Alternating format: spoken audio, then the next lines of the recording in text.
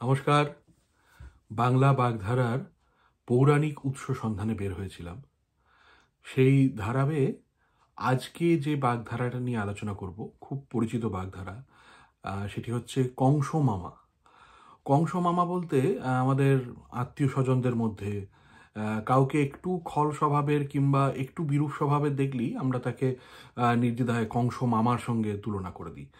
আর সত্যিকারের মামা যদি একটু বিরূপাচরণ করেন কিংবা একটু অন্য বিরুদ্ধ স্বভাবের হন, সঙ্গে সঙ্গে তাকে কংস মামার সঙ্গে তুলনা করে দিই আমরা। বলে থাকি যে মামা অনেকটা সেই কংস মামার মতো। তো কে ছিলেন এই কংস? আমরা সবাই জানি শ্রীকৃষ্ণের মামা ছিলেন কংস, এবং তিনি কৃষ্ণকে মারার চেষ্টা করেছিলেন। তো আমি আর একটু পেছনে গিয়ে তার জন্ম এবং সেই কংস কিভাবে সেই কংস মামা হয়ে উঠলেন সেই ব্যাপারটা একটু বলার চেষ্টা করি। তো ভোজবংশীয় রাজা উগ্রসেনের জ্যেষ্ঠ পুত্র ছিলেন কংস। অনেক জায়গাতেই কংসকে রাজা উগ্রসেনের জ্যেষ্ঠ পুত্র, ঔরসজাত পুত্র হিসেবে বর্ণনা করা হলেও দুটি জায়গায়, বিশেষ করে ভাগবত পুরাণ এবং হরিবংশ পুরাণে কিন্তু কংসকে উগ্রসেনের ঔরসজাত পুত্র হিসেবে বর্ণনা করা হয়নি। সেখানে বরং তাকে উগ্রসেনের ক্ষেত্রজ পুত্র বলা হয়েছে। সেখানে এরকম বর্ণনা আছে যে সুজামন পর্বত, সেখানে উগ্রসেনের পত্নী, তিনি রানী পদ্মাবতী, তিনি যখন সেখানে ভ্রমণ করছিলেন সেই সময় সেখানে রাক্ষস দ্রুমিল এসে উপস্থিত হয়, এবং দ্রুমিল রাজা উগ্রসেনের রূপ নিয়ে রানী পদ্মাবতীর সঙ্গে মিলিত হন। তো রানী পদ্মাবতী প্রথমে ব্যাপারটি বুঝতে পারেননি, কিন্তু যখন তিনি বুঝতে পারেন যে এটি উগ্রসেন নয়, অন্য কেউ তার রূপ নিয়ে এসেছে, তখন তিনি অত্যন্ত কুপিত হন এবং তিনি তাকে নানা ভাষায় তার ক্রোধ তিনি তার উপর উগরে দেন এবং তাকে নানা ভাষায় তিরস্কার করেন। এবং সেই তিরস্কারের মধ্যে তিনি বারবার তাকে জিজ্ঞেস করতে থাকেন যে তুই কে, এরকমভাবে এসে আমার সতীত্ব নষ্ট করলি কিংবা আমার সঙ্গে এইভাবে ছলনা করলি।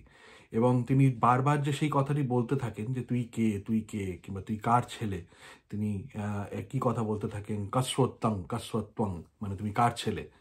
তো সেই জন্য অবশেষে দ্রুমিল একটু রেগে গিয়ে বলেন যে এই যে তুমি বারবার আমাকে কাস্বত্বং বলছো, সেই জন্য তোমারও গর্ভে যে সন্তানটি জন্ম নেবে তার নাম হবে কংস। এই কস্বত্বং থেকে আর কি কংস। তো উগ্রসেনের পত্নী কিন্তু দ্রুমিলকে কোনোদিনই ক্ষমা করেননি। তিনি বলেছিলেন যে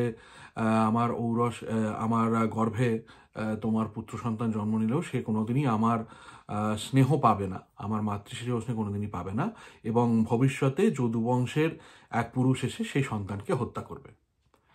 বড় হওয়ার সঙ্গে সঙ্গে এই কংসের অত্যাচার এবং রাজ্য লাভের যে ইচ্ছা সেটি ক্রমাগত বাড়তে থাকে, এবং হয়তো হতে পারে এর পেছনে তার মায়ের উপেক্ষা প্রচ্ছন্নভাবে হয়তো কাজ করছিল। কংস কিন্তু নিজেকে ক্ষেত্রজ বলে স্বীকার করেছেন। তিনি নিজেকে বলেছেন ক্ষেত্রজৌহং সুতস্তস্য উগ্রসেনস্য হস্তিপ, মানে আমি উগ্রসেনের ক্ষেত্রজ পুত্র। এবং পরবর্তীকালে কংস এও বলেছেন যে তিনি নিজের ক্ষমতায় বড় হয়েছেন, মাতা পিতা তাকে ত্যাগ করেছিলেন। তিনি এই শ্লোকটি আমরা দেখতে পাই। তিনি নিজে বর্ণনা করেছেন নিজেকে যে মাতৃপ্রীত্যাভ্যাং সন্তক্ত স্থাপিত স্বেন তেজসা। উগ্রসেনের ভাই দেবকের 7টি কন্যা সন্তানের মধ্যে কনিষ্ঠ ছিলেন দেবকী। তার সঙ্গে বিবাহ হয় সুরবংশীয় বাসুদেবের। তো এই কংসের মৃত্যুর কারণ ছিল সেই বাসুদেব এবং দেবকীর গর্ভে জন্মজাত শ্রীকৃষ্ণ, যিনি তার 8ম গর্ভে জন্মগ্রহণ করেছিলেন। এবং যেহেতু কংস ছিলেন দেবকীর ভাই, সেই জন্য তিনি ছিলেন কংস মামা। জন্মের অনৈতিক ইতিহাসের জন্যই হোক কিংবা এইভাবে তার একটা স্বভাবের দানবের সন্তান, ঔরসজাত সন্তান হিসাবেই হোক, পিতামাতার সঙ্গে কোনোদিনই কংসের একটি মধুর সম্পর্ক স্থাপন কোনোদিনই হয়নি। মগধরাজ জরাসন্ধের 2 কন্যার সঙ্গে কংসের বিবাহ হয়েছিল, এবং সেই জরাসন্ধের শক্তিতে বলীয়ান হয়ে কংস আরও বেশি অত্যাচারী এবং আরও বেশি দমন পরায়ণ এবং খুব শক্তিশালী রাজা হয়ে ওঠেন। তিনি তার পিতাকে সিংহাসনচ্যুত করেন এবং বন্দী করেন, এবং তার আত্মীয় জ্ঞাতি এবং মথুরাবাসীদের ওপর অকথ্য অত্যাচার করতে শুরু করেন। দেবকীর গর্ভে তার মৃত্যুর কারণ জন্ম নেবে জেনে তিনি প্রথমে দেবকীকেই হত্যা করতে চেয়েছিলেন, যে দেবকীকে হত্যা করলে তার সন্তানের জন্ম হওয়ার কোনো সম্ভাবনা নেই, কাজেই তার মৃত্যুরও কোনো সম্ভাবনা নেই। তো সেই সময় বাসুদেব তার পত্নীর জীবন রক্ষা করার জন্য কংসের কাছে ভিক্ষা প্রার্থনা করেন, এবং সেইভাবে তিনি বলেছিলেন যে আমায় দেবকীকে হত্যা করবেন না, কিন্তু আমাদের গর্ভে দেবকীর গর্ভে যে সন্তান জন্মগ্রহণ করবে তাকে আমি আপনার হাতে তুলে দেবো। শ্রীমদ্ ভগবত পুরাণে কংসকে কিন্তু বাসুদেব, সেখানে এরকমভাবে বর্ণনা করা আছে যে বাসুদেবের প্রথম সন্তান জন্ম হওয়ার পরেও কংস চেয়েছিলেন সেই প্রথম সন্তানকে তাকে ফিরিয়ে দিতে। তার কারণ প্রথম সন্তান থেকে তার কোনো ভয়ের কারণ ছিল না। সেখানে তিনি নিজেই বলেছেন, প্রতিয়াতু কুমারোহং ন হস্মা দদস্তি মে ভয়ম, অর্থাৎ প্রথম কুমার থেকে তো আমার ভয়ের কোনো কারণ নেই, তুমি একে নিয়ে যাও। এটি শ্রীমদ্ ভাগবতের 10ম স্কন্ধের 1ম অধ্যায়ের 60 নম্বর শ্লোকে এটি বলা রয়েছে। কিন্তু পরে তিনি যখন নারদের কাছে নিজের ভবিতব্য জানতে পারেন, তখন তিনি আরও বেশি রেগে যান এবং সিদ্ধান্ত নেন যে তিনি হয়তো ভেবে বসেন যে প্রত্যেকটি সন্তানই হয়তো বিষ্ণুর কোনো না কোনো একটি অবতারের অংশ, তাই প্রত্যেকটি সন্তানকেই তিনি মেরে ফেলার সিদ্ধান্ত নেন। অষ্টম গর্ভে শ্রীকৃষ্ণ জন্মানোর পরে বাসুদেব তাকে গোকুলে নন্দগোপের কাছে রেখে দিয়ে আসেন, এবং সেই সময় যশোদার যে কন্যা সন্তান সেই সময় জন্মগ্রহণ করেছিল, সেই কন্যা সন্তানটিকে নিয়ে তিনি দেবকীর পাশে স্থাপন করেন।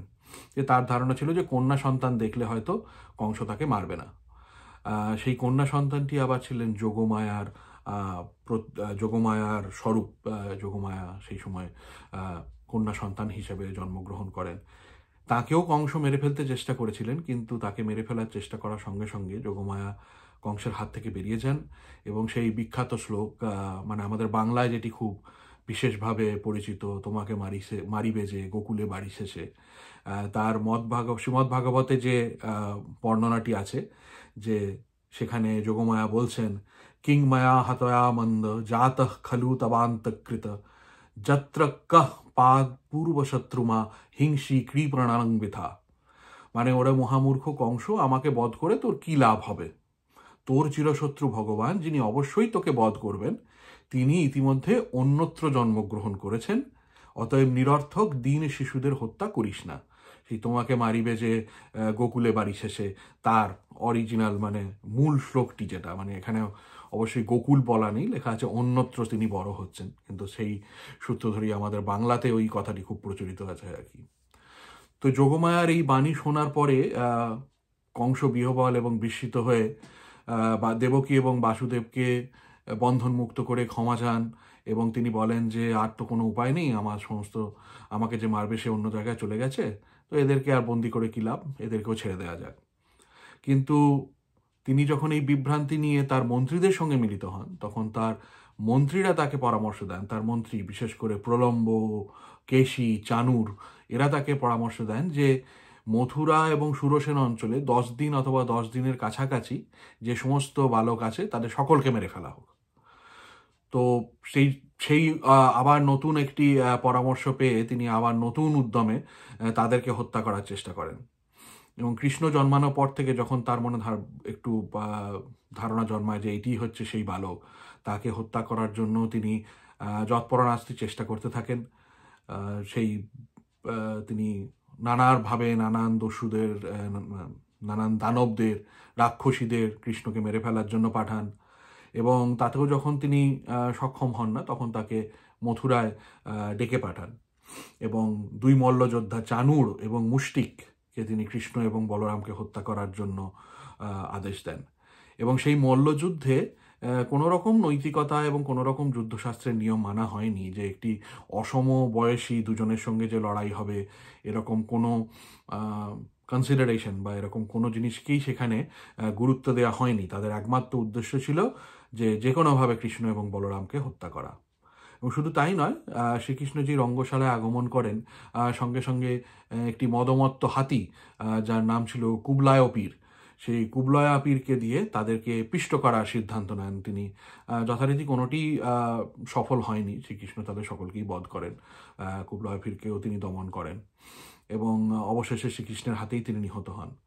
তো এই ছিল মানে কংসের গল্প। আমরা অনেকেই জানি কংসের গল্প। আমি একটু তার পূর্ব দিকটা, মানে তার জন্ম বৃত্তান্তটা একটু বলার চেষ্টা করলাম। এবং যেহেতু আত্মীয়দের মধ্যে এরকম একটি ভাব যে অত্যন্ত বিরূপ এবং নিজের ভাগ্নের প্রতি এতটাই বিরূপ যে তাকে মেরে ফেলার চেষ্টা করা হচ্ছে, সেখান থেকে আমাদের ওই কংস মামা একটু বিরূপ স্বভাবের হলেই সেই আত্মীয়কে কংস মামা বলে অভিহিত করার বাগধারাটি চলে এসছে। এবং শ্রীমদ্ ভাগবত পুরাণেও কংসকে এই জন্য কিন্তু স্বার্থন্মূলিত সৌহৃদ বলা হয়েছে। মানে তিনি স্বার্থের দ্বারা পরিচালিত হন এবং তার জন্য তিনি যে কোনো রকম পদক্ষেপ নিতেও প্রস্তুত আছেন। এবং এই নিকট আত্মীয়দের জন্য এই যে কংসের দুর্ব্যবহার, এই যে তার অত্যাচার, এই জন্য নিকট কারুর কাছ থেকে কোনো দুর্ব্যবহার পেলে, বিশেষ করে সে যদি মামা হয়, তাকে কংস মামার সঙ্গে তুলনা করা হয়। যাই হোক, এই ছিল আমাদের কংস মামার ইতিবৃত্ত। প্রতি সপ্তাহে একটি করে বাগধারা নিয়ে আমরা আলোচনা করব, জানার চেষ্টা করব সেই বাগধারার পিছনে রামায়ণ, মহাভারত অথবা পুরাণের সঙ্গে জড়িত কোনো কাহিনী আছে কিনা। জানার এবং জানানোর এই যাত্রায় সঙ্গে থাকবেন, ভালো লাগবে সকলে। ভালো থাকবেন সকলে, দেখা হবে আবার সামনের সপ্তাহে।